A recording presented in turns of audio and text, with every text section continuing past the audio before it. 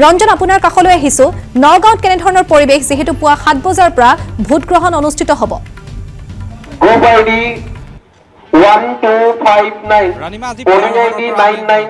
নগাঁৱৰ পৰিৱেশ দেখুৱাইছো নগাঁৱত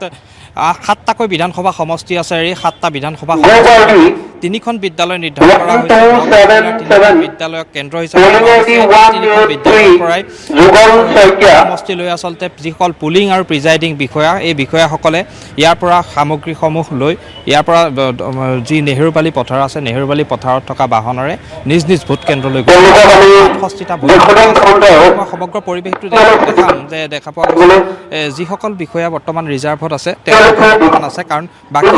বিষয়া আছে তেওঁলোক ইয়াৰ পৰা ইতিমধ্যে ওলাই গৈছে আৰু নগাঁৱৰ 3খন বিদ্যালয় লোৱা হৈছে যিহেতু এই 3খন বিদ্যালয়ৰ ভিতৰত 10খন স্কুল 10খন উচ্চ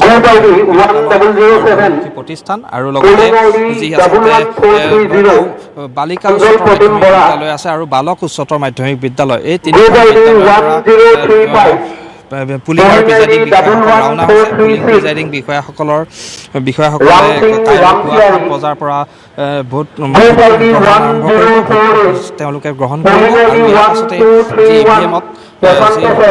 দিনৰ পৰা যি চৰ্চা হৈ আছিলে আচলতে এই 126টা সমষ্টি 126টা সমষ্টিৰ প্ৰতিনিধি তেওঁলোকে ৰাইজে নিৰ্বাচিত কৰিব আৰু লগতে দেখা পোৱা গৈছে যে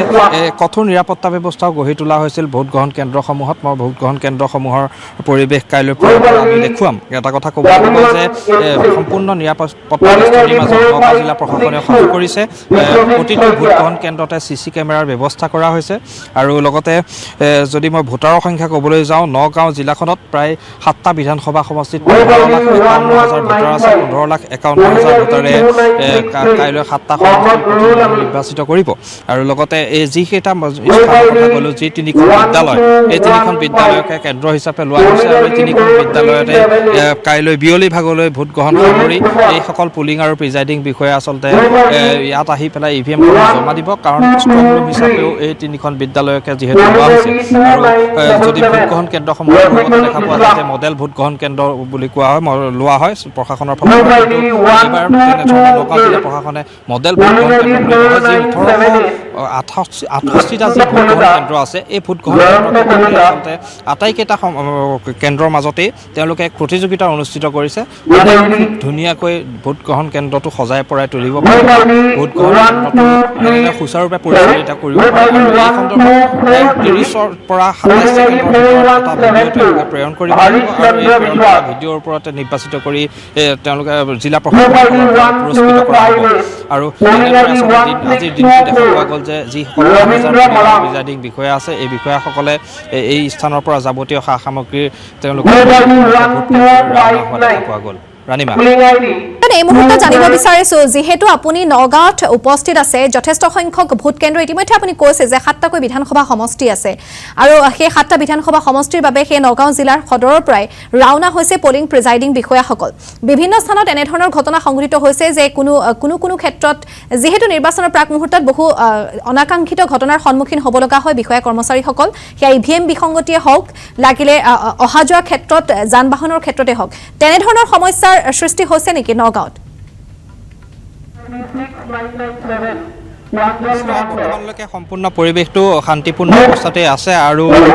জিলা আয়ুক্তগৰাকীয়েও যেতিয়া আমি মন্তব্য কৰিছিলোঁ তেওঁ বাৰে বাৰে কৈছিলে যে সমগ্ৰ জিলাখনত 159টা স্পৰ্শকাতৰ ভোট গ্ৰহণ কেন্দ্ৰ আছে গতিকে সেই 159টা যি ভোটগ্ৰহণ কেন্দ্ৰ তেওঁলোকে কৰিছে এই ভোটগ্ৰহণ কেন্দ্ৰকেইটা অতি স্পৰ্শকাতৰ বুলি কৈছে ইয়াৰ ভিতৰতে যদি ক'বলৈ ঢিং যি বিধানসভা সমষ্টি আছে এই ঢিং বিধানসভা সমষ্টিত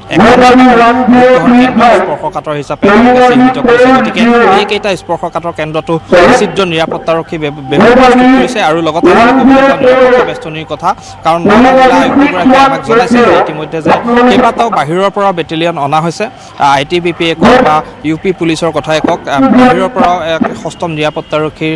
বেহু গঢ়ি তোলা হৈছে তেওঁলোককো ইয়ালৈ অনা হৈছে নগাঁও জিলা প্ৰশাসনে তেওঁলোককো নিয়োগ কৰিছে গতিকে খুব শান্তিপূৰ্ণভাৱে কাইলৈ দিনটোত যি ভোট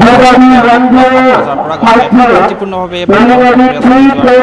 আশা প্ৰকাশ কৰিছে আসাম টক্স আপোচবিহীন অসম কণ্ঠ